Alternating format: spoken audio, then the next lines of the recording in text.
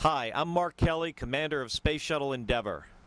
My first of 4 space flights was as Endeavour's pilot on STS-108 in December 2001. This is Endeavour's last flight, and certainly my last shuttle flight as well. We left the station with new spare parts, supplies, and an advanced scientific instrument called the Alpha Magnetic Spectrometer. AMS is already at work gathering information that could improve our understanding of the universe.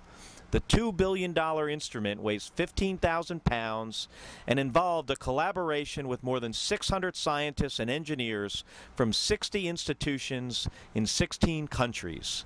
This cooperation illustrates a legacy of Endeavour, the Space Shuttle, and the space station. The international collaboration that exploration and utilization of space has become. Endeavour is a proud name, borne by a number of ships. Few were less racy but more able than explorer James Cook's Endeavour. The Endeavour Cook used on his first voyage of exploration was built to haul coal like those on which Cook had served as a merchant marine officer. It was blunt-bowed, slow, yet reliable, strong, and able to take a lot of punishment. It would survive grounding on Australia's Great Barrier Reef that would have sunk most ships of its day. In some ways, it reminds us of our own Endeavour.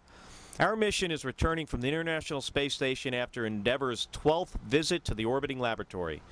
There, people from many nations have served continuously in successive crews since November of 2000, teaching and learning from one another about interactions and about how best to do things in this harsh environment. Endeavour flew the first space station assembly mission, STS-88. The first Japanese component of the space station was taken by Endeavour to the station in March 2008. It also delivered Node 3, Tranquility, and the Cupola, the robotic workstation with 6 windows, to the ISS in February of 2010. A spacecraft that was partly a collection of spare parts, Endeavour also features advanced new hardware that helped improve safety and performance of other orbiters when it was later incorporated into them. Endeavour OV-105, authorized by Congress in August 1987 as a replacement for Challenger, was named through a national competition of elementary and secondary school students. Endeavour was delivered to the Kennedy Space Center on May 7, 1991, and launched first into space on May 7, 1992. Endeavour's STS-118 launch on August 8, 2007 was its first in 4 years after a lengthy modernization following the loss of Space Shuttle Columbia. This flight was commanded by my brother Scott Kelly. When we launched on STS-134, Endeavour already had traveled almost 116.4 million miles in space on 24 previous flights. It had spent 283 days in space and orbited the Earth 4,423 times. We are adding significantly to that total. It has taken 133 individuals into space, some of them more than once. Astronauts are just the tip of a very large iceberg. Behind us are thousands of people, civil servants, contractors, suppliers. They're dedicated, hard-working folks who believe deeply in what we do. They train us to do our jobs. They build, repair, and maintain our spacecraft and their equipment. They manage our missions, launch us, and control our flights. They support us in many, many ways. We believe deeply in them, enough to trust them with our lives. We've talked a lot about Endeavour, the Space Shuttle, in the past. Now that we've looked back, let's take a moment to look ahead.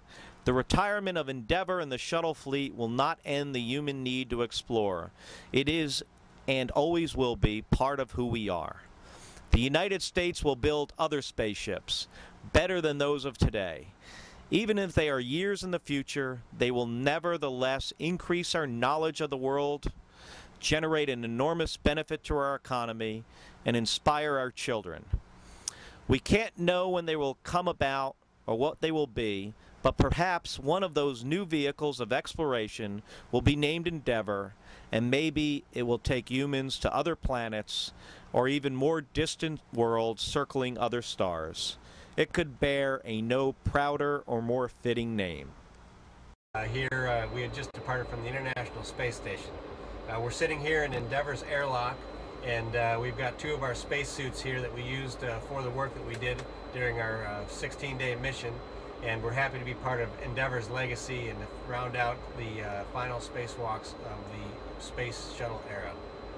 Endeavour started off with some spectacular spacewalks on its maiden voyage, and it ended with our 4 spacewalks, and we hope that the tools, the techniques that we've learned over the years, especially here with Endeavour, will be applicable for all the spacewalks that we're going to be doing on asteroids, Moon, and Mars.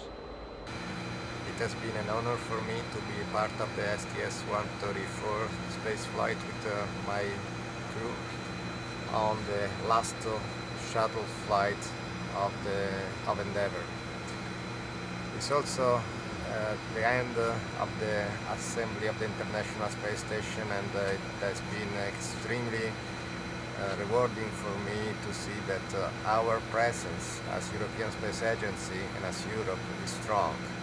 Columbus, EMM, Node 3 cupola, and many other components are coming from ESA and from Europe.